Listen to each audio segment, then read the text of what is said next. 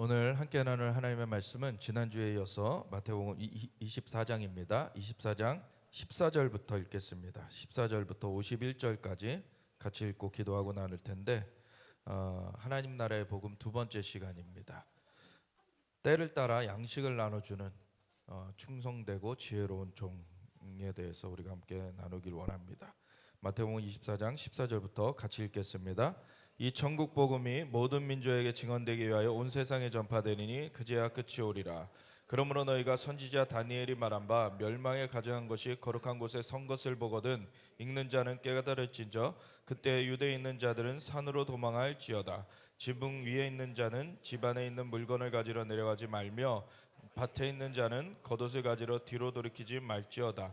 그날에는 아이벤 자들과 젖먹이는 자들에게 화가 있으리로다. 너희가 도망하는 일이 겨울에나 안식일에 되지 않도록 기도하라. 이는 그때 큰 환란이 있겠음이라. 창세로부터 지금까지 이런 환란이 없었고 후에도 없으리라. 그 날들을 감하지 아니하면 모든 육체가 구원 얻지 못할 것이나 그러나 택하신 자들을 위하여 그 날들을 감하시리라. 그때 사람이 너희에게 말하되 보라 그리스도가 여기 있다 혹은 저기 있다 하여도 믿지 마라.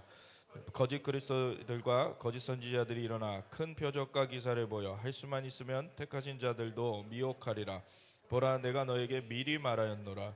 그러면 사람들이 너에게 말하되 보라 그리스도가 광야에 있다 하여도 나가지 말고 보라 골방에 있다 하여도 믿지 말라. 번개가 동편에서 나서 서편까지 벗겨진 같이 인자의 맘도 그러하리라. 죽음이 있는 곳에는 독수리들이 모일 것이니라. 그날 환란 후에 즉시 해가 어두워지며 달이 빛을 내지 아니하며 별들이 하늘에서 떨어지며 하늘의 권능들이 흔들리리라. 그때 인자의 징조가 하늘에서 보이겠고 그때 땅의 모든 족속들이 통곡하며 그들이 인자가 구름을 타고 능력과 큰 영광으로 오는 것을 보리라. 그가 큰 나팔 소리와 함께 천사들을 보내리니 그들이 그의 택하신 자들을 하늘이 끝에서 저 끝까지 사방에서 모으리라. 무화과 나무의 비유를 배우라. 그 가지가 연하여지고 잎사귀를 내면 여름이 가까운 줄을 아나니 이와 같이 너희가 이 모든 일을 보거든 인자가 가까이 곧 문 앞에 이른 줄 알라. 내가 진실로 너에게 말하노니 이 세대가 지나가기 전에 이 일이 다 일어나리라. 천지는 없어질지언정 내 말은 없어지지 아니하리라. 그러나 그날과 그때는 아무도 모르나니 하늘의 천사들도 아들도 모르고 오직 아버지만 아시느니라. 노아의 때와 같이 인자의 맘도 그러하리라. 홍수전에 노아가 방주에 들어가던 날까지 사람들이 먹고 마시고 장가들고 시집가고 있으면서 홍수가 나서 그들을 다 멸하기까지 깨닫지 못하였으니 인자의 맘도 이와 같으리라. 그때 두 사람이 밭에 있음에 한 사람은 내려가고 한 사람은 버려둠을 당할 것이요 두 여자가 맷돌질을 하고 있음에 한 사람은 데려가고 한 사람은 버려둠을 당할 것이라. 그러므로 깨어있으라. 어느 날에 너희 주가 임할는지 너희가 알지 못함이니라. 너희도 아는 바니 만일 집 주인이 도둑이 어느 시각에 올 줄을 알았더라면 깨어있어 그 집을 뚫지 못하게 하였으리라. 이러므로 너희도 준비하고 있으라. 생각하지 않은 때에 인자가 오리라. 충성되고 지혜 있는 종이 되어 주인에게 그 집 사람들을 맡아 때를 따라 양식을 나눠줄 자가 누구냐. 주인이 올 때에 그 종이 이렇게 하는 것을 보면 그 종이 복이 있으리로다. 내가 진실로 너에게 이르노니 주인이 그의 모든 소유를 그에게 맡기리라.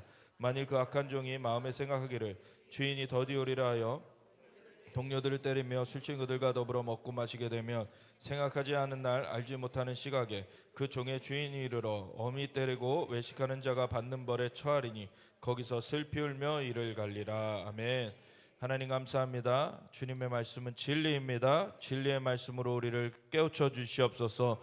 오늘도 주님의 진리 가운데 굳건하게 믿음으로 붙들리게 하여 주시옵소서.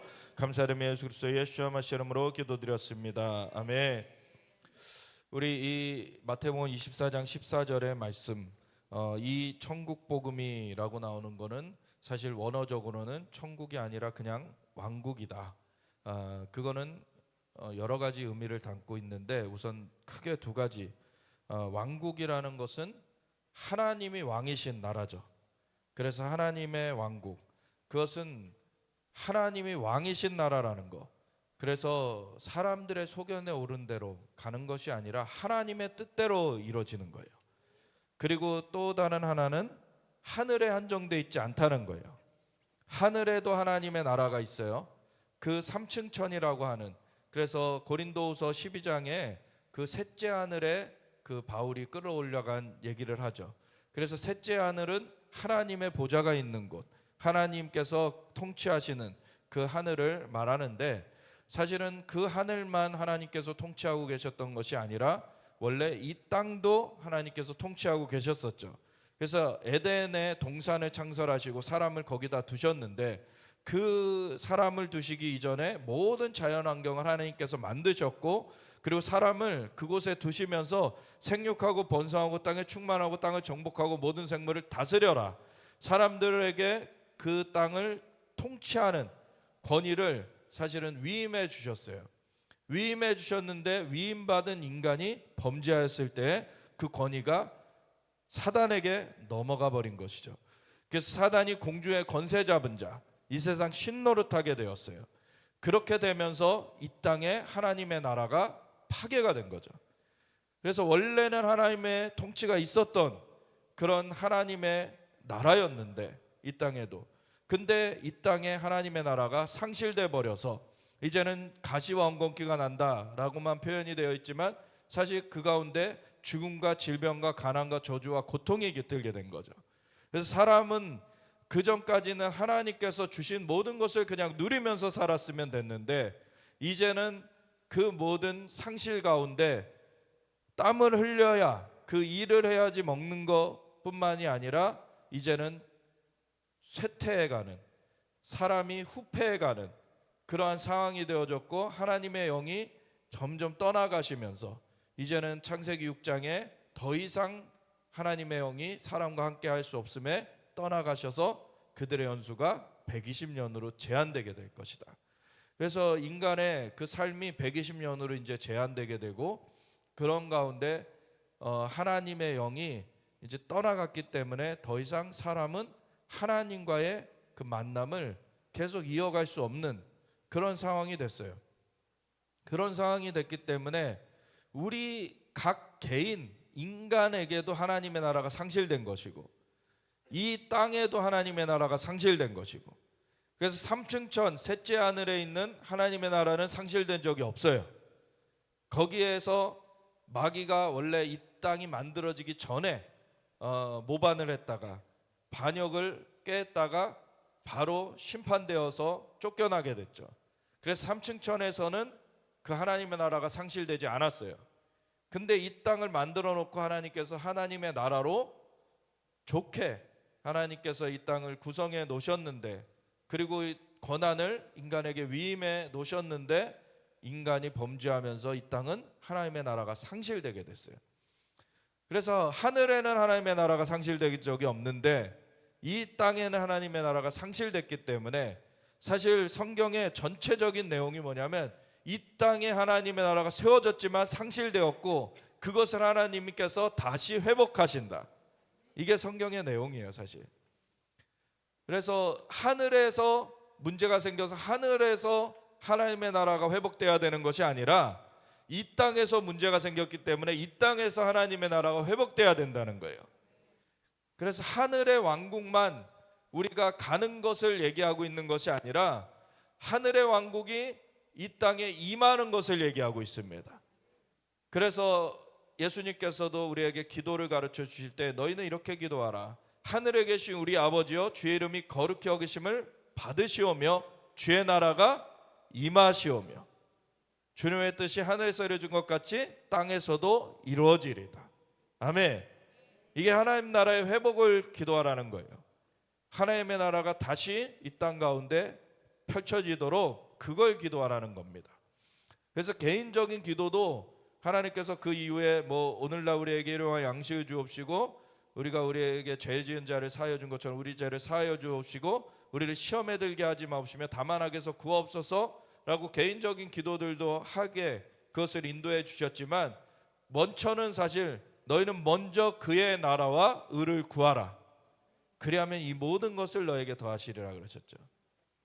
그게 바로 마태복음 6장 33절의 말씀인데, 그 마태복음 6장 33절이 나오기 전에 6장 9절부터 나오는 게 주기도문이에요. 그래서 이렇게 기도하라라고 가르쳐 주신 다음에 그 결론을, 그래서 너희는 먼저 그의 나라와 의를 구하라는 거예요. 그러면 그 나머지는 다 더해질 것이다. 순서가 틀렸기 때문에 사람들이 그 하나님의 축복을 받지 못하고 그렇게 헤매고 삽니다. 근데 하나님의 나라 의를 먼저 구하면 그 가운데서 이 땅의 축복도 같이 이어지게 돼요. 그래서 아브라함이 축복받은 것이 그것이죠. 너는 본토지쪽 아비집을 떠나 내가 내게 지시할 땅으로 가라. 그랬을 때 자연적으로는 그것은 굉장히 사실 위험한 거였어요. 왜냐하면 그 시절 족장시대 이런 시절에는 타 지역으로 간다는 거는 목숨을 담보해야 되는 일이에요. 사실 이방인들이 오면은 그것을 호의적으로 받아줄지 않을지 알 수가 없는 거예요. 그런데 너는 그 안전한 본토 친척 아비집을 떠나야 된다. 그리고 내가 내게 지시할 땅으로 가야 된다. 그게 뭔지도 아직 말씀해 주지 않으시는 거예요. 근데 그 말씀하신 그분만을 신뢰하고 떠나야 되는 거예요. 그래서 그것은 자연적인 것을 떨치고서 영적인 행보를 해야 되는 거예요. 그래서 아브라함은 믿음의 조상이 된 것이죠. 자연적인 것을 내려놓고 영적인 걸음을 걸은 거예요. 그걸 믿음이라고 하죠. 자연적인 그 안정감, 자연적인 어떠한 누려야 되는 안락함, 이런 것들을 내려놓고 그 하나님만을 신뢰하면서 갔던 그 아브라함이 그 믿음의 조상이라 불려진 거죠. 그래서 우리도 오늘날 마찬가지예요. 믿음이 너무나 사실 희석되어 있고 잘못 오용되어 있어요. 근데 야고보서는 분명하게 얘기해요. 열매가 없는 그 믿음은 죽은 믿음이다. 살아있는 믿음은 열매를 맺게 돼 있다.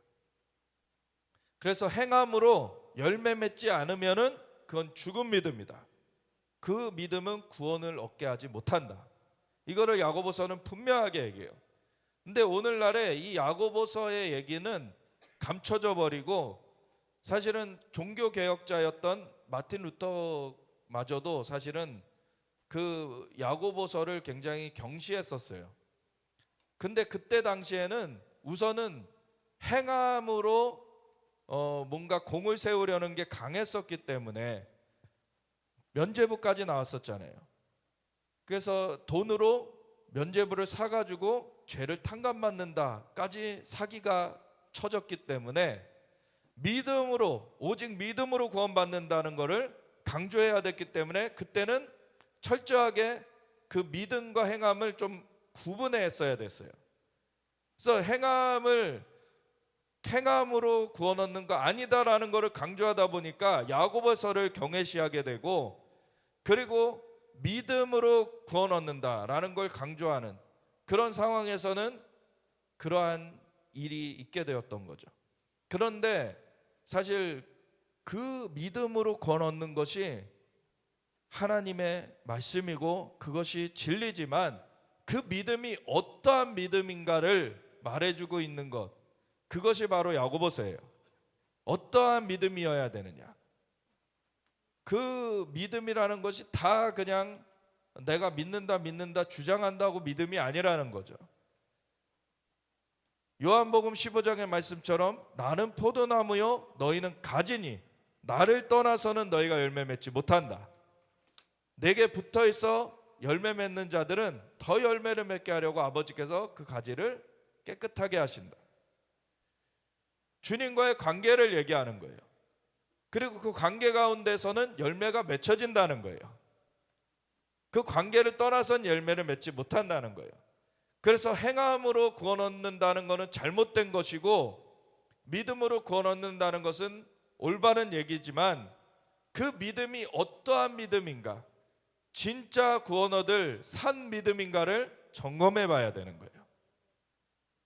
그래서 그러한 믿음이 있느냐, 그러면은 행함으로 열매를 맺게 돼 있다는 거예요. 그래서 먼저는 믿음이고, 근데 믿음이 제대로 돼 있다면 행함으로 열매가 맺혀지는 그 순서가 된다는 거예요.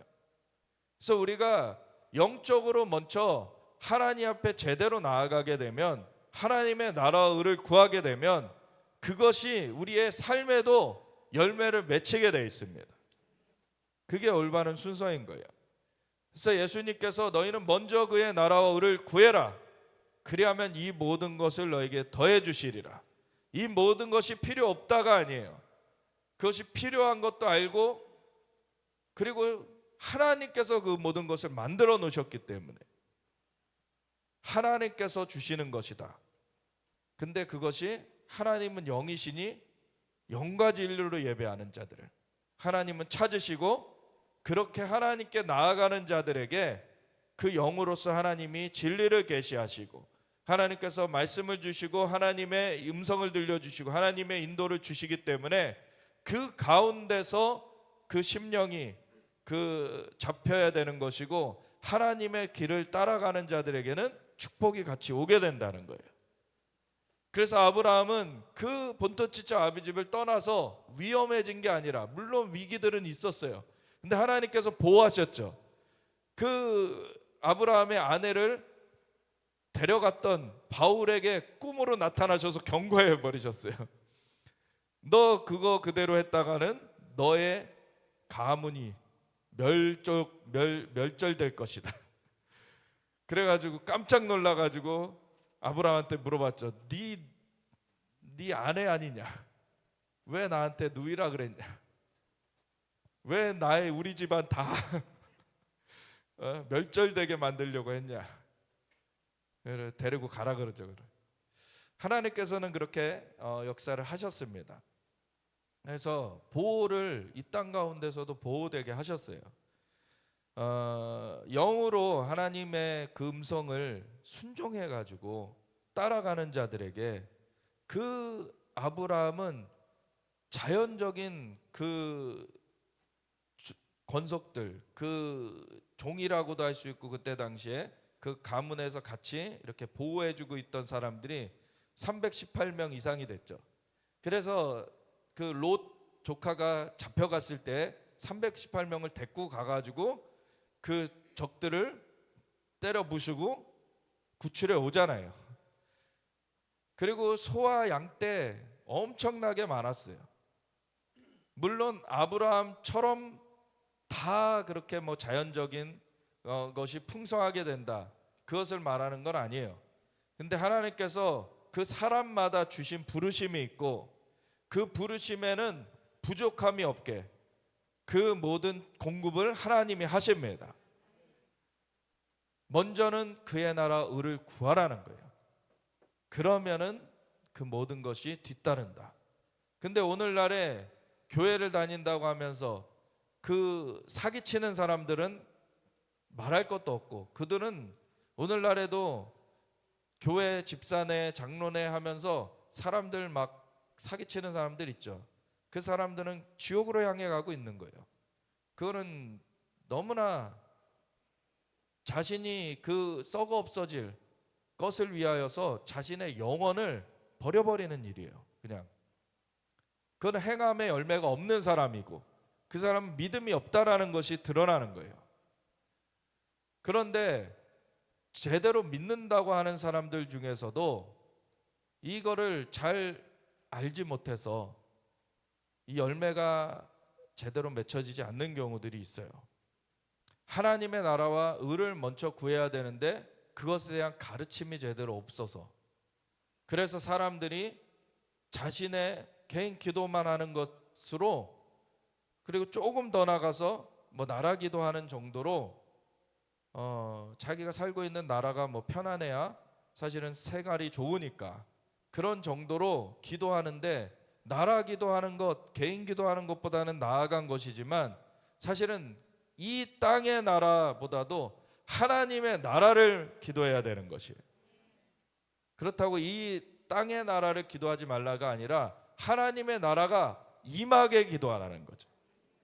하나님의 나라가 임하게 기도하면 우리 개인에게도 그건 적용이 되고 우리 살고 있는 나라에도 적용이 돼요. 하나님의 통치가 임하면 악한 것들이 심판되게 되고, 그리고 하나님의 그 의로운 역사가 풀어지게 됩니다. 하나님의 나라가 임하게 기도해라. 이것이 주님의 말씀이에요. 그래서 이 천국 복음이라고 되어 있는 것은 사실 원어를 그대로 살린 그러한 번역이 아닙니다. 영어로서는 This Gospel of the Kingdom이라고만 돼 있어요.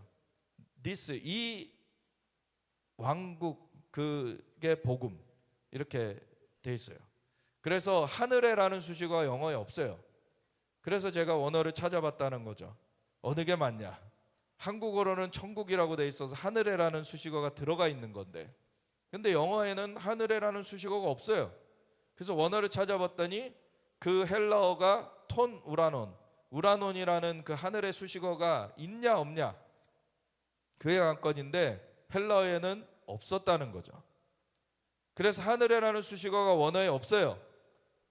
그리고 이 마태복음 24장뿐만 아니라 마태복음 4장 말미에도 그렇고 9장 말미에도 이 천국복음이라고 한국어에는 표현되어 있는 그 구절들이 나와요.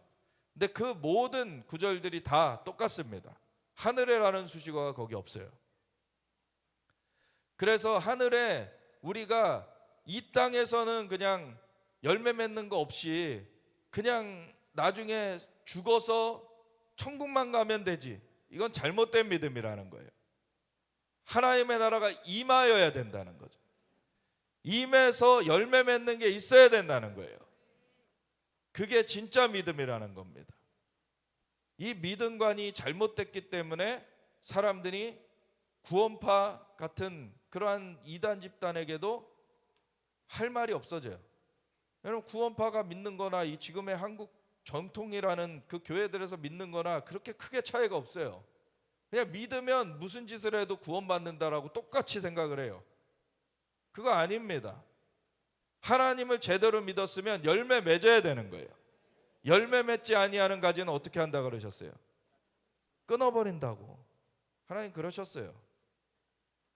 열매 맺지 않은 가지는 제대로 그 믿음이 연결되어 있지 않다는 거예요. 그러면은 그 믿음으로 구원을 받는데 믿음이 연결되어 있지 않기 때문에 떨어지게 되는 거예요. 그 사람들은 구원 얻지 못합니다.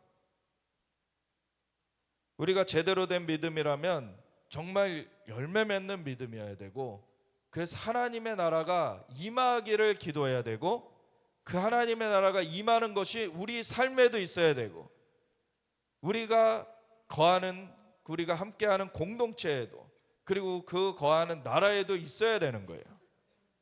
그것이 있어질 때 하나님의 역사가 그곳에 풀어진 것을 우리가 경험하게 되는 것이고, 그것을 통하여서 우리의 믿음이 진짜 제대로 됐다는 게 사실은 열매로서 알게 되는 거예요. 예수님께서 열매로 그 나무를 알게 된다 그러셨죠. 그래서 열매를, 나쁜 나무가 좋은 열매를 맺을 수 없고 좋은 나무가 나쁜 열매를 맺을 수 없다. 열매로서 그들을 알리라. 이게 다 산상수훈에 나오는 얘기들이죠. 산상수훈 5장에는 팔복에 대해서 나오고 6장에 그 주기도문과 이 먼저 그의 나라와 의를 구하라는 얘기가 나오고, 7장에 가보면은 거짓 선지자를 주의하라고 하는데, 거짓 선지자는 그 열매를 맺지 못한 그런 자들이라는 거예요. 오히려 나쁜 열매를 맺은 그런 자들이라는 거죠. 그래서 주여 주여 내가 주의 이름으로 귀신도 쫓아내고 병든 자도 고치고 선지자 노릇하지 않았습니까? 라고 해도 불법을 행하는 자들아, 불법을 행하는 자들아 내게서 떠나가라 하리라. 왜냐하면 그들이 맺은 열매는 뭡니까? 탐욕의 열매를 맺었어요. 사람들 치유했다고 돈 갖다 바치라 그러고, 그리고 사람들을 억압하고 권세를 자기가 행사하는데 그걸 쓰고, 자신이 높아지는 그런 걸로 쓴 사람들, 하나님께서 높임을 받으셔야 되고 하나님께서 모든 영광을 받으셔야 되는데 그것을 가로채서 자기가 그것을 취하였던 자들, 그 자들은 불법한 자들이라는 거예요. 불법을 행하는 자들아 내게서 떠나가라 하리라. 하나님 나라에는 아버지의 뜻대로 행하는 자라야 합당하다. 아버지의 뜻대로. 그러면서 열매를 보고 그 나무를 알 수 있다라고 얘기하신 거죠. 열매 얘기를 예수님께서 많이 하셨습니다. 근데 많은 사람들이 오늘날 교회를 다닌다고 하면서 열매를 간과해 버려요. 그리고 자기는 믿는다고 그렇게 주장하면 다 되는 줄 알아요. 근데 열매 맺지 않으면은 그건 헛것이다. 그것은 오히려 하나님께서 난 너 모른다 라고 그렇게 평가받는 것이 된다라는 거예요. 그래서 하나님 나라의 복음은 열매 맺는 것, 하나님 나라의 열매를 맺어야 돼요. 하나님 나라가 임하도록 기도해라. 그것이 열매 맺혀지도록 기도해라. 하나님 나라는 로마서 14장 17절에 뭐라 그러셨습니까? 먹는 것과 마시는 것이 아니요, 이 땅에서 무슨 막 먹을 거 마실 거 자기가 누리는 거 그거 막 잔뜩 끌어안아 놓고서는 하루에 막 10끼씩 먹을 겁니까? 그런 거 아니고요. 오직 성령 안에서 의와 평강과 희락이라. 의가 없으면요, 그건 궤도를 이탈한 거예요. 믿음으로 의롭다함을 받죠. 믿음으로 의롭다 여김을 받아요. 그게 진짜 믿음이면. 그 믿음은 자기 확신이 아닙니다. 예수님을 믿는 거예요. 예수님께서 우리의 구원자이자 주님이시라는 것을, 그걸 그대로 믿는 것이에요.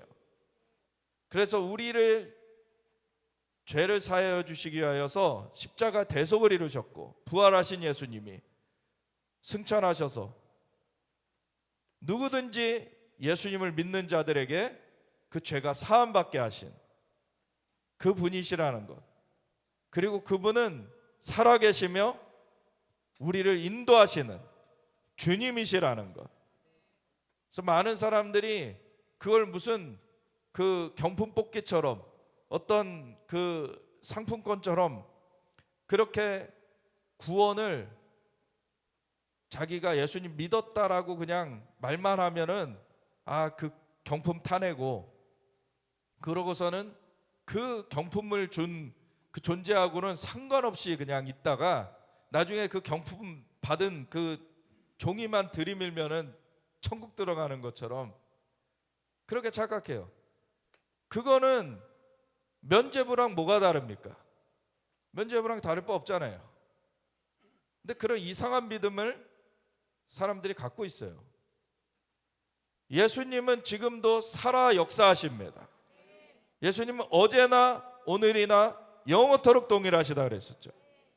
그래서 그분을 따라야 되는 것이고, 내 양은 내 음성을 들으며 나를 따르느니라. 그래서 예수님의 진짜 양이 되었다면, 그 구원을 얻었다면 그 예수님의 음성을 귀 기울이며 예수님을 따라가야 되는 게 정상인 거예요. 근데 하나님의 음성을 터부시하는 자들, 물론 성경에 기록된 것은 이미 확증된 하나님의 음성입니다. 그래서 그것을 기반해야 돼요. 근데 성경에는 구원에 이르는 그 원리적인 것들을 다 담아놨지만 각 개인의 삶을 담아놓진 않았어요. 그 각 개인의 삶은 하나님께서 지금도 살아 역사하시며 인도해 가시는 거예요. 아브라함을 인도하셨던 것처럼, 아브라함이 믿음의 조상이라고 여김받잖아요. 그처럼 본토 친척 아비집을 떠나라라고 하는 그 음성을 우리에게 들려주실 수도 있는 거고, 그리고 어떤 위기에 처했을 때 너는 이렇게 해라라고 하나님 도움을 주실 수도 있는 거고, 하나님은 살아 역사하시며 말씀하시는 분이십니다. 그것을 터부시한다면 누굴 따라갈 것입니까?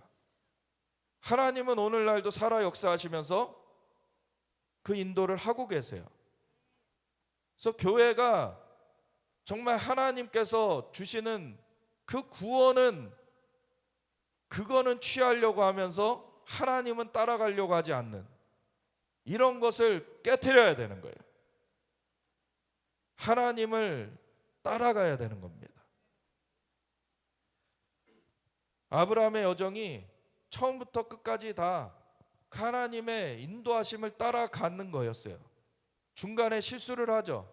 근데 그것 때문에 뭐 문제도 생기지만 사실 그것을 하나님께서 또 극복하기도 해주시고, 하나님께서 하나하나 인간의 연약한 가운데서도 하나님의 그 놀라우신 은혜로 하나님께서 아브라함을 한 걸음 한 걸음 인도해 가셨어요. 오늘날의 우리에게도 마찬가지십니다. 아브라함이 믿음의 조상이면 그 아브라함이 하나님을 죽은 자를 살리시며 없는 것을 있는 것으로 부르시는 그런 이시라는 걸 믿었기 때문에 그것을 그에게 의로 여기셨다. 그러한 아브라함의 믿음을 따르는 우리에게도 또한 마찬가지다. 그래서 우리가 그러한 믿음을 가지고 하나님의 인도하심을 따라가는 것, 그래서 하나님의 왕국이라고 했을 때는 하나님의 통치가 이루어져야 되는데 그것은 하나님의 인도를 받지 않고는 안 되는 거예요. 하나님의 인도하심이 우리 삶 가운데 있어야 되는 겁니다. 하나님의 인도하심이 이 나라 가운데 있어야 되는 거예요. 그래서 우리 초대 대통령 너무나 놀라운 하나님의 선물이었습니다. 이 나라를 하나님 앞에 올려드렸잖아요. 하나님께 기도를 올려드리면서 이 나라를 붙들어 달라고, 인도해 달라고. 그리고 그분이 돌아가시기 전에 유언처럼 남기신 말씀이 갈라디아서 5장 1절에 그리스도께서 너희를 자유롭게 하려고 자유를 주셨으니 그러므로 굳세게 서서 다시는 종의 멍에를 매지 말지어다. 인류의 조상인 아담과 하와부터 이미 마귀의 꼬드김에 넘어가서 종의 멍에를 맸었잖아요. 근데 예수님께서 그걸 풀어주셨단 말이죠. 근데 다시 돌아가지 말라는 거예요. 오늘날에 그 마귀가 똑같이 다가오는 게 아닙니다. 어느 시대에는 공산주의로 다가오고 어느 시대에는 인본주의로 다가오고, 서구권에서는 지금 동성애가 날리고 동구권에서는 공산주의가 날리고, 그걸 통해서 사람들을 현혹해요. 선악과를 먹게 하듯이 그 공산주의를 취하게 만들려고 하고 동성애를 취하게 만들려고 하고, 그러면은 그 선악과를 먹었던 그 아담과 하와처럼 죄악의 문이 열려져 버리죠. 물론 아담과 하와의 원죄로 말미암아 우리 안에 죄성이 있어요. 근데 예수님께서 예수님을 믿는 자들에게서는 그 죄가 사함을 받게 하셨고, 그리고 새롭게 영이 거듭나게, 새로 태어나게 하셨어요. 그럼에도 우리의 육신은 아직 새롭게 될 날을 기다리고 있죠. 예수님이 다시 오시는 그날이 되거나 아니면 그 전에 죽으면은, 믿음을 지키고 죽으면은 그 다음에 예수님의 다시 오실 날에 이제 부활의 몸으로 다시 살아나게 돼요. 그래서 부활의 몸을 입을 때까지는 사실은 우리의 몸은 후패하는 그런 상황이 있고 아직 깨어진 그릇인 것이 있어요. 그렇지만 우리의 영은 완전하게 거듭났습니다. 그 상황 가운데 우리의 혼, 우리의 지정의, 생각과 감정과 의지는 사이에 껴 있어요. 영의 흐름을 따를 것이냐, 육의 흐름을 따를 것이냐. 때로는 우리가 욕심이 드는 것들이 생길 수도 있어요. 때로는 우리가 정말 육신의 정욕에 빠지는 것이 생길 수도 있고, 안목의 정욕에 끌리는 게 생길 수도 있고, 이생의 자랑에 끌리는 게 생길 수도 있어요. 근데 그때 하나님께 나아가서 기도하면 그것을 이길 수가 있는데, 근데 하나님의 도우심이 없이는 그걸 우리의 스스로의 힘으로 이길 수가 없는 거예요. 그래서 이 세상 사람들은 당연히 이 세상에 그 육신의 정욕, 안목의 정욕, 이생의 자랑을 따라 살게 되고, 때로는 정말 착한 사람이다, 의로운 사람이다 하는 사람들도, 예수님을 모르는 사람들은 결국엔 자기의 그 구원 얻지 못할 자기의 기준으로 그걸 대체해버려요.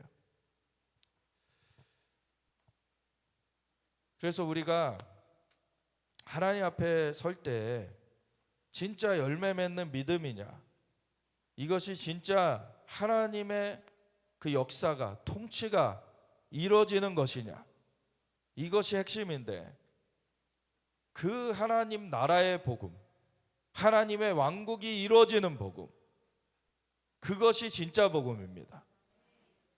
하나님의 왕국이 이루어지는 복음이 아니면, 하나님의 통치가 임하는 것이 아니면, 그는 예수님을 믿는다고 하면서 자신의 뜻대로, 자신의 소견에 오른 대로, 자신 맘대로 하다가 난 너 모른다 라는 주님의 음성을 듣게 되는 거예요.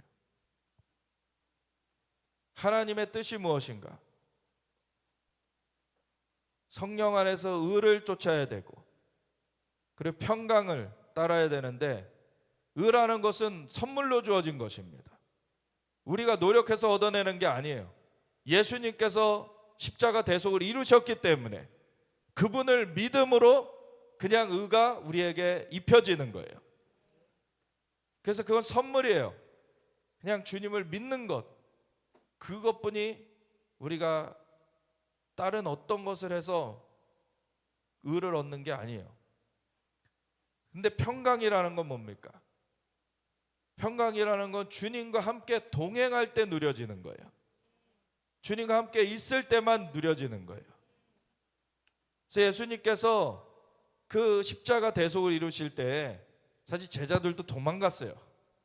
베드로까지도 나는 그 일당이 아니다 막 부인하면서, 그때 닭이 3번 부인하니까 닭이 울었죠. 그러니까 너가 닭 울기 전에 3번 날 부인할 것이다. 그대로 돼가지고 혼자 딴 데 가가지고 펑펑 울었어요. 그러고 나서 예수님이 돌아가셨는데, 예수님을 3년 반 동안이나 따르던 제자들은 이제 예수님이 엄청난 기적도 행하셨고 이분이 메시아라는 건 사실 믿었던 거예요. 메시아라고 믿었던 거예요, 이들은. 근데 메시아가 이렇게 죽음으로 끝난다고? 부활하실 거는 몰랐던 거죠. 예수님이 안 말해 주셔서가 아니라 아직 할 수가 없었던 거예요. 그래서 죽음으로 끝난다고 우리는 어떻게 해야 되지? 그러고서는 자기네들도 죽이러 이 종교인들이, 바리새인들, 서기관들, 뭐 대제사장 일족들 해가지고 막 잡으러 올까? 문 걸어 잠그고 그러고 모여 있는데, 예수님께서 벽을 통과해서 나타나셨죠. 쑥 나타나셔서 뭐라고 처음에 말씀하셨습니까? 샬롬, 평강이 있을지어다. 주님과 함께 있을 때 누려지는 게 평강이에요. 주님이 떠나신 줄 알고, 주님이 우리와 함께 없는데, 예수님이 메시아이신 줄 알았는데 축구 끝났나? 우리와 함께 이제 없는 상황인데 어떡하지? 근데 예수님이 나타나셔서 샬롬. 그리고 어느 구절에는 또 입으로 성령을 주셨다고 그렇게 나와 있기도 하죠. 성령 안에서 평강, 그게 하나님의 나라가 임하는 거였어요. 그리고 그 가운데는 두려움을 이기는 기쁨이 있어요. 그래서 종교적으로 막혀 있게 되면은요, 기쁨도 막 정죄하고 그래요. 근데 분명히 말씀에 하나님의 나라는 성령 안에서 의와 평강과 희락이라 그러셨어요. 우리 안에 주님과 함께 하는데, 사랑하는 분과 함께 하는데 막 죽상이 돼 있고 그러면 그거 주님을 사랑하는 게 아니잖아요. 예? 우리가 연애를 하는데 남자가 여자를 만나가지고 맨날 죽상이야. 만나고 싶겠어요?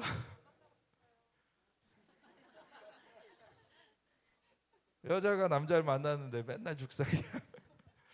만나고 싶겠어요? 그거는 사랑하는 사이가 아닌 거죠, 사실. 근데 사랑에 불타 있을 땐 어떻습니까? 만약 생각만 해도 막 기쁜 게 있잖아요. 진짜 만나고 싶어서 막 그렇게 애가 닳는 게 있죠. 그러니까 진짜 하나님을 사랑한다면 하나님의 만남이 기뻐야 되는 거예요. 그래서 예배 가운데 기쁨이 터지는 거예요. 그게 진짜 하나님의 나라가 임하는 증표 중에 하나입니다. 하나님께서 오시기 때문에 그곳에 하나님을 내가 너무 사랑하는데 사랑하는 하나님이 오셔. 그럼 기쁨이 터지게 돼 있는 거예요. 그거는 세상의 염려 근심을 다 넘어서는 하나님의 역사가 있는 것입니다. 그게 임해야 하나님의 나라예요. 주님과의 만남, 주님과 함께하는 것, 그 관계가 핵심인 것입니다. 그랬을 때 그분은 창조의 주님이시고 우리는 피조물이에요. 근데 하나님의 형상을 우리에게 주셨기 때문에 우리와 교제를 하세요. 그게 얼마나 놀라운 것입니까? 하나님은 우리를 자녀 삼으신 거예요. 자녀 대하듯이 하나님이 우리를 사랑하시고 돌보시고 우리를 때로는 징계하시기도 하세요. 징계가 없으면 버린 자식이라 그러잖아요. 올바른 길로 가게 만들어야 되는 거죠. 그게 하나님의 사랑입니다. 진짜 하나님을 안다면, 하나님을 사랑한다면 하나님과의 만남이 기뻐야 돼요.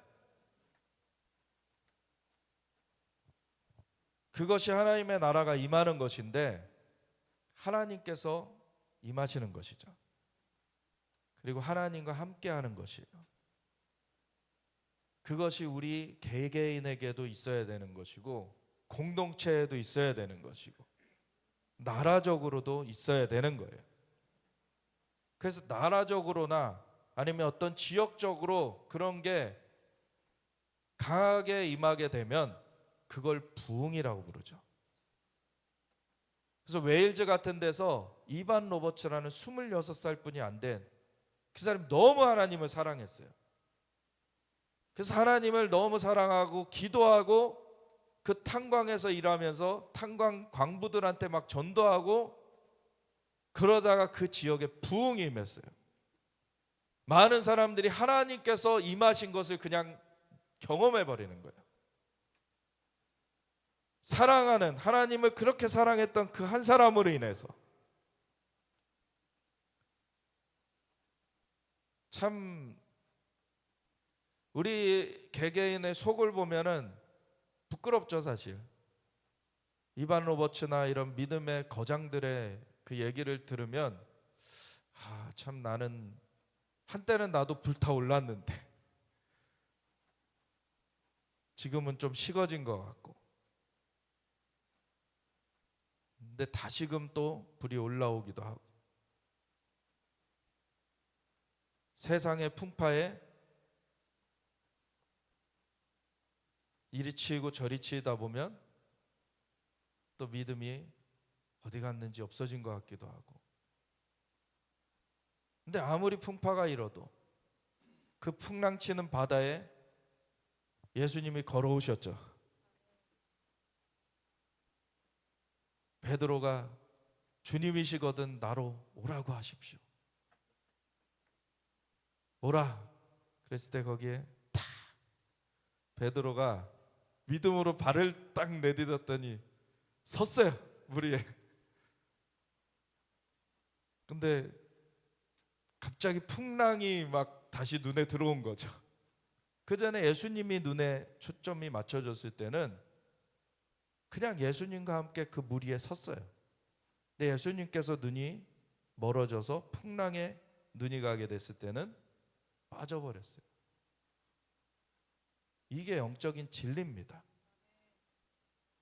주님께 우리의 시선이 있을 때에는 무리를 걸어요.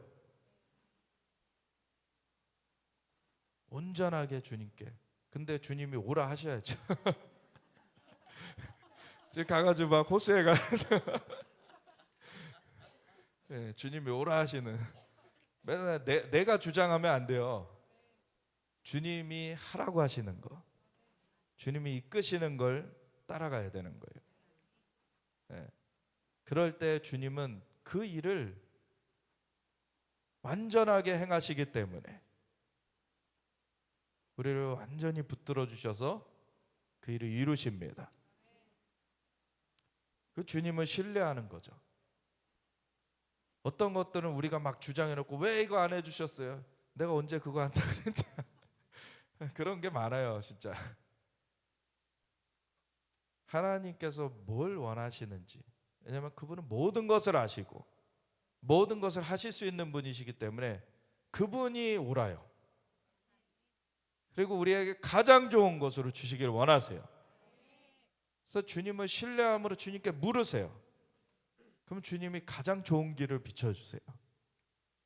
근데 인간의 이성과 이게 충돌할 때들이 있어요. 무리를 걷는 게 이성적이라고 생각되십니까? 근데 그거는 비이성적인 게 아니라 초이성적인 거예요. 이성도 하나님이 만드셨습니다. 그래서 비이성적이 되라 그러시는 게 아니에요. 근데 이성으로 감당할 수 없는 영역이 있어요. 그것을 넘어서는 영역, 초이성적인 영역. 그 영역으로 올라오라는 거예요. 홍해 바다가 갈라졌습니다. 여리고 강이 갈라졌어요. 주님께서는 능치 못하심이 없으십니다. 죽은 자를 살리시며 없는 것을 있는 것으로 부르시는 분이십니다. 그 주님을 진짜 믿느냐?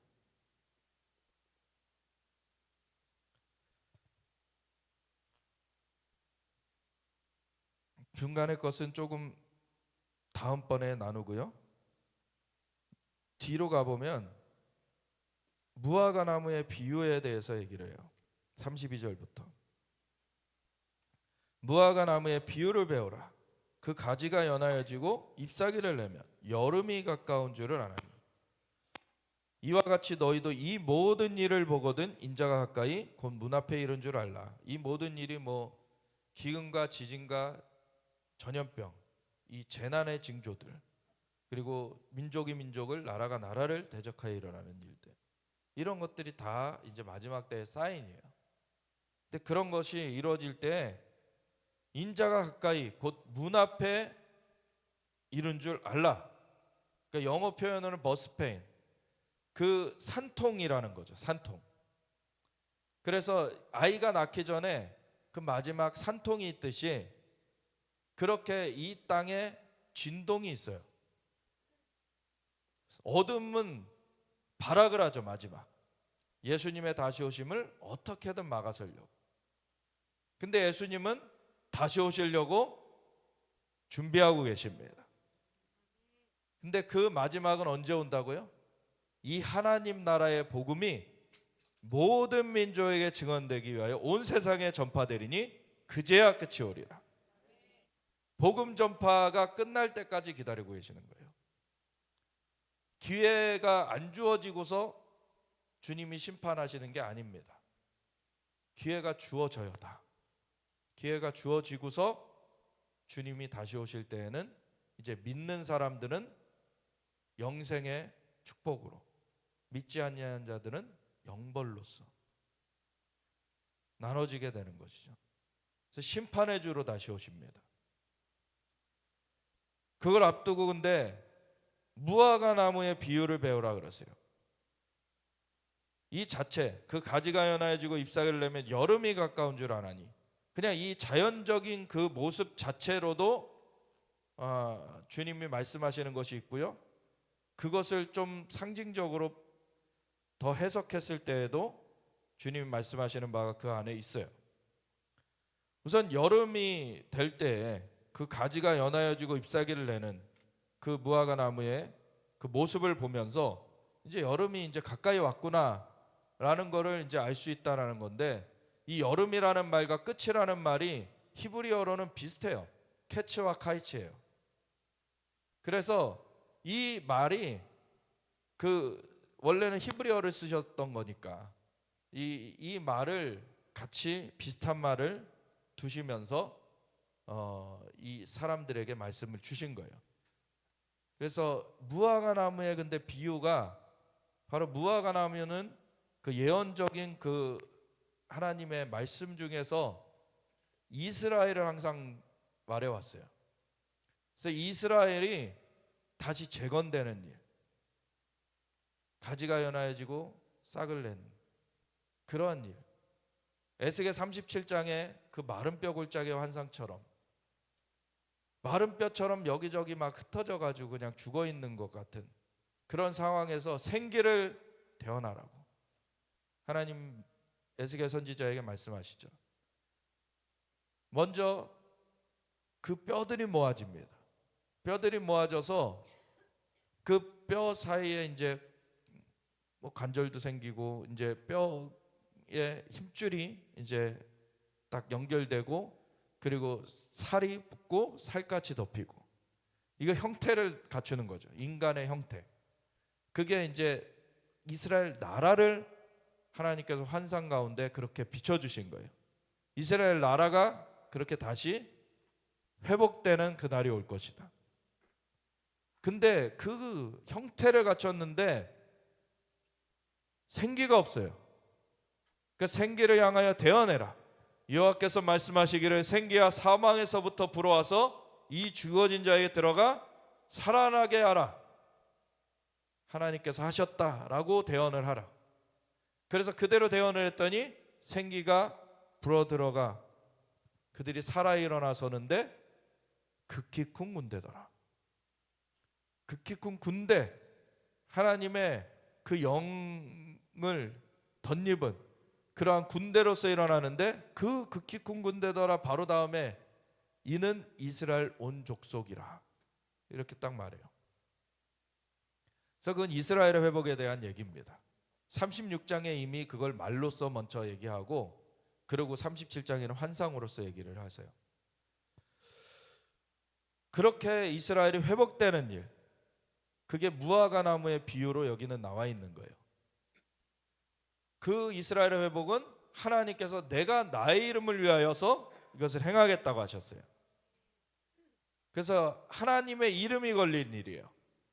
왜냐하면 하나님은 이스라엘의 하나님이라 불리심을 받죠. 하나님께서 여호와라는 이름도 있으시지만 스스로 있는 자라는 뜻이죠. 근데 하나님께서 출애굽기 3장에 모세를 떨기나무 불꽃 가운데 만나실 때 자신을 어떻게 소개하셨습니까? 나는 아브라함의 하나님, 이삭의 하나님, 야곱의 하나님이니 이는 나의 영원한 이름이요 대대 칭할 나의 칭원이라. 이거 영원한 이름이라 그러셨어요. 야곱이라는 이름이 바뀐 것이 이스라엘이죠. 하나님께서는 그래서 아브라함의 하나님, 이삭의 하나님, 야곱의 하나님이라 불리심을 받는 것, 그것은 영원한 이름이라 그러셨어요. 그리고 야곱이 바뀐 이름, 그 이스라엘의 이름으로 통칭되기도 하는 거죠, 이게. 그래서 이스라엘의 하나님이라 불리심을 받아요. 그래서 그 이스라엘의 하나님이라 불리시는 하나님께서 자신의 이름을 위하여 이스라엘을 회복하겠다 하시는 거예요. 이스라엘이 어떻게 되느냐가 하나님의 명성이 달린 일이거든요. 그래서 로마서 11장 25, 26절에 로마에 있는 성도들을 향하여서 너희가 스스로 지혜 있다 하면서 이 신비를 모르기를 원하지 아니하노니, 이 신비는 이방인의 충만한 수가 차기까지 그들의 더러는 우둔하게 된 것이다.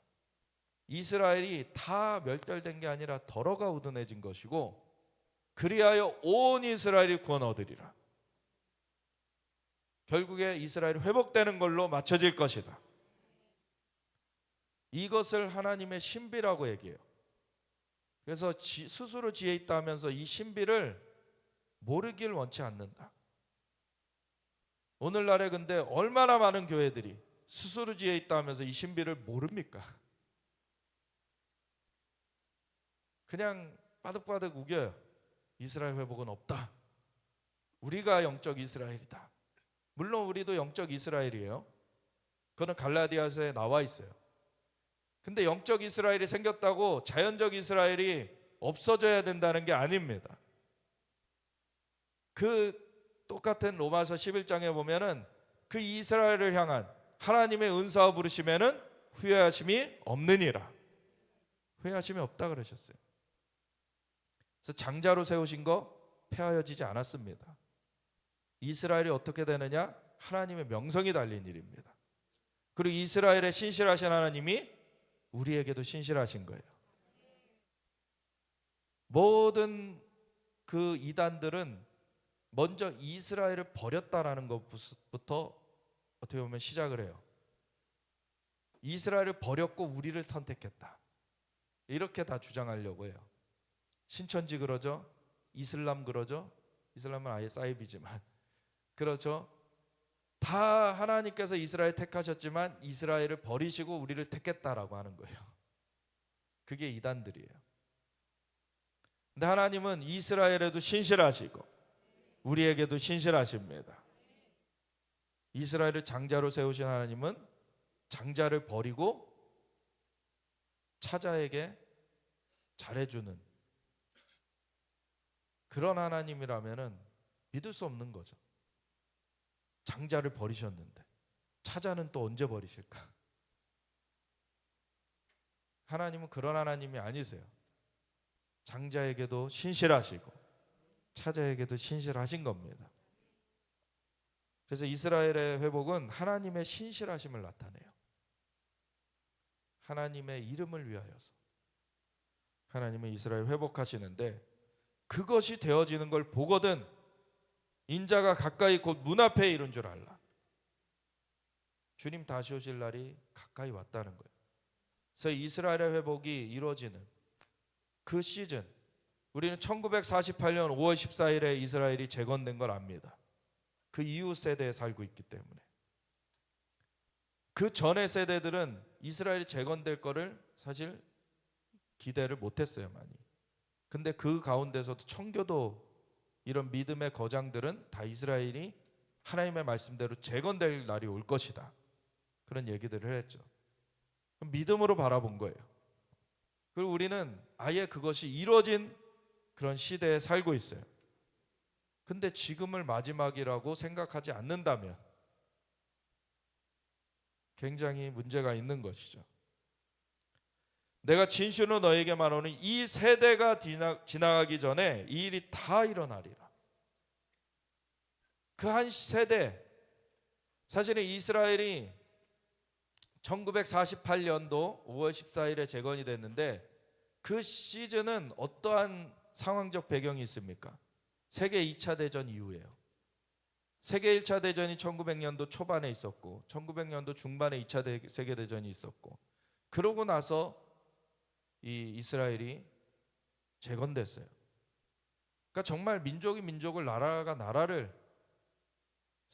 그렇게 싸우는 그런 세계대전이 1900년대 들어서 있었습니다. 그러고서 이스라엘이 태어났어요.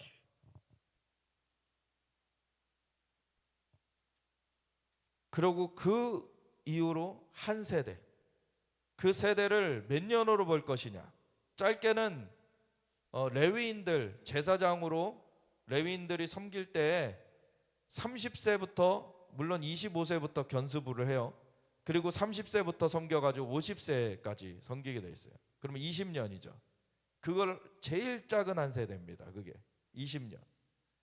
그리고 다윗이 왕권을 40년 동안 행사를 했죠. 모세가 40년 동안 훈련을 받았죠. 그래서 한 세대를 40년으로 보는 거가 있어요. 그런가 하면은 그 이스라엘이 유대가 포로로 바벨론에 잡혀가는 것을 70년 만에 마치겠다 하신 대로 70년을 한 세대로 치는 경우가 있어요. 그런가 하면은 출애굽, 하나님께서 아브라함한테 너희가 이방에 객이 되어서 4대 만에 다시 나올 것이다 라고 했는데 4대가 400년이 걸렸어요. 물론 30년이 더 붙지만 400년이 걸렸을 때 그거를 한 세대를 100년으로 볼 수 있는 거죠. 그러면 그런가 하면은 창세기 6장에 인간의 연수가 120년으로 제한되리라. 120년을 한 세대로 볼 수 있어요. 그러니까 제일 짧은 건 20년이고 제일 긴 거는 120년이에요. 세대를 볼 때. 근데 그 세대가 시작되는 거를 언제로 볼 거냐도 좀 차이가 있습니다. 이스라엘이 재건된 1948년 5월 14일을 시작점으로 볼 거냐, 아니면 예루살렘이 회복된 1967년 6월을 그 시작점으로 볼 거냐, 이게 또 달라요. 그래서 어느 범주에 들지 우리는 알 수는 없어요. 그렇지만 지금 우리가 마지막 세대에 있다는 것은 분명해요. 천지는 없어질지언정 내 말은 없어지지 아니하리라. 하나님 말씀 그대로 성취하십니다. 그것을 함께 할 것이냐 아니면 함께 하지 않을 것이냐, 사람은 그 선택 가운데 있는 것이고 하나님은 하나님의 일을 완전히 이루십니다. 그러나 그 날과 그때는 아무도 모르나니, 그 날과 때는 몰라요. 근데 예수님께서 또 다른 구절에서 뭐라고 말씀하셨냐면, 너희가 그 전날 하늘이 붉으면 그 다음날 날이 맑겠다 하겠고, 그날 아침에 하늘이 붉으면 날이 굳겠다 하나니, 너희가 천지는 분별할 줄 알면서, 이 자연은 분별할 줄 알면서 하며 시대의 징조는 분별치 못하느냐. 시대의 징조를 분별하라 그러셨어요. 어떤 시즌은 분별하라는 거예요. 어떤 시즌으로 들어가는지. 예를 들어 이거예요. 성전이 재건되고 두 증인이 이제 활동을 하기 시작해요. 그럼 마지막 7년의 기간에 들어갔다는 게 분명하잖아요. 근데 그 날과 때, 예수님께서 어느 날 어느 때에 오실지는 여전히 몰라요. 근데 어느 시즌에 들어갔는지는 우리가 알아요. 이런 차이가 있습니다. 그래서 그 날과 그때는 아무도 몰라요. 그래서 뭐 과거에 다미성교회처럼 뭐 92년도 매달 며칠에 온다 해가지고 막 재산 팔아서 다 내놓으라 그러고서 그날 막 난리를 쳤었죠. 근데 그 사실은 그 거짓된 그 집단의 문제 때문에 그 날과 때는 당연히 모르는 건데, 그거는 이제 당연히 안다고 하면은 거짓된 거고, 근데 시즌까지도 도외시해버리는, 어떤 시즌에 우리가 와 있는지도 도외시해버리는 그런 역효과가 나버렸어요. 그래서 그날과 그때는 아무도 몰라요. 그래서 날과 때 어디에 모여 있어야 된다, 그런 사람들은 사꾼입니다. 근데 시즌은 알아야 돼요. 그래서 노아의 때와 같이 인자의 마음도 그러하리라. 노아의 때 어땠습니까? 홍수전에 노아가 방주에 들어가는 날까지 노아가 몇 년 동안 방주를 지었습니까? 100년 동안 방주를 지었어요. 그래서 그 방주를 짓는 동안에 사람들이 그걸 계속 보고 있었거든요. 맑은 하늘에 무슨 배를 짓고 있지? 근데 하나님이 그걸로 계속 경고를 주신 거예요. 근데 사람들이 그걸 경고로 받아들이지 않았고 그냥 자기네들 할 것만 했죠. 그래서 홍수가 나서 그 사람들이 먹고 마시고 장가 들고 시집 가고 있으면서 홍수가 나서 그들이 다음 열하기까지 깨닫지 못하였으니 인자의 마음도 이와 같으리라. 그래서 시즌을 분별하지 못하는 사람들이 이렇게 홍수에 쓸려가듯이 되는 거예요. 그때 두 사람이 밭에 있음에 한 사람은 데려가고 한 사람은 버려둠을 당할 것이요 두 여자가 맷돌질을 하고 있음에 한 사람은 데려가고 한 사람은 버려둠을 당할 것이니라. 그러므로 깨어있으라. 어느 날에 너희 주가 임할는지 너희가 알지 못함이니라. 너희도 아는 바니 만일 집주인이 도둑이 어느 시각에 올 줄을 알았다면 깨어있어 그 집을 뚫지 못하게 하였으리라. 그래서 어느 날짜 어느 때 이렇게 특정이 되면요, 아무렇게나 살다가 그 날만 딱 그냥 거기 가서 있으려 그래요. 그렇게 안 된다는 거죠. 시즌을 통과해야 돼요.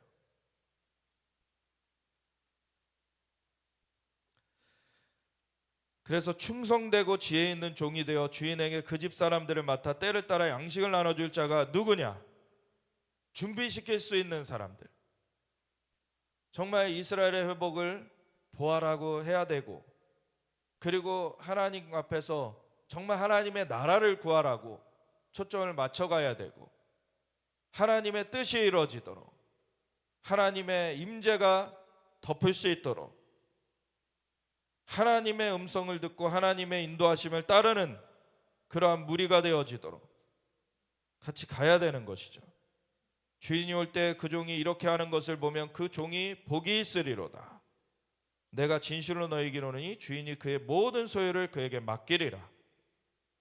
그래서 주인과 더불어 왕노릇하게 되는 거죠.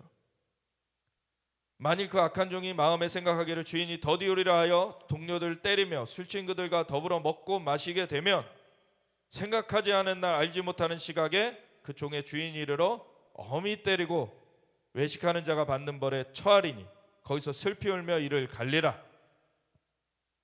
참 공산주의를 같이 동조해서 가면서 교회 집사라고 하는 사람들도 있어요.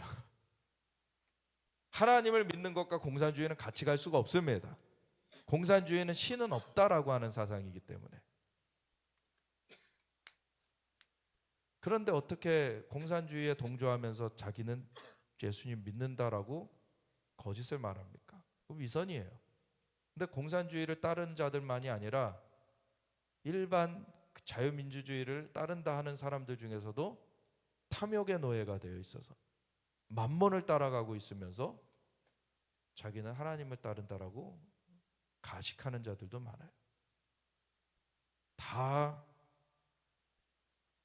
생각하지 않은 날 알지 못하는 시각에 그 종의 주인이 이르러 엄히 때리고 외식하는 자가 받는 벌에 처하리니 거기서 슬피 울며 이를 갈리라. 지옥불에 떨어지는 겁니다. 우리가 진짜 하나님의 나라를 구하는 사람인지 아니면 세상의 부귀와 명예와 그러한 명성을 따르는 자들인지, 이건 열매를 보아 그들을 알리라. 진짜 하나님의 나라가 우리에게 임하고 있습니까? 그게 우리의 삶의 초점이 되어야 돼요. 하나님 나라의 복음이 역사돼야 되는 것입니다.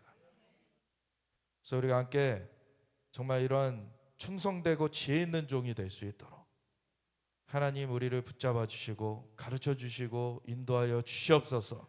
하나님을 의뢰하며 나아갑시다. 하나님 주님의 영으로 역사하여 달라고 우리가 주여 외치며 기도하겠습니다. 주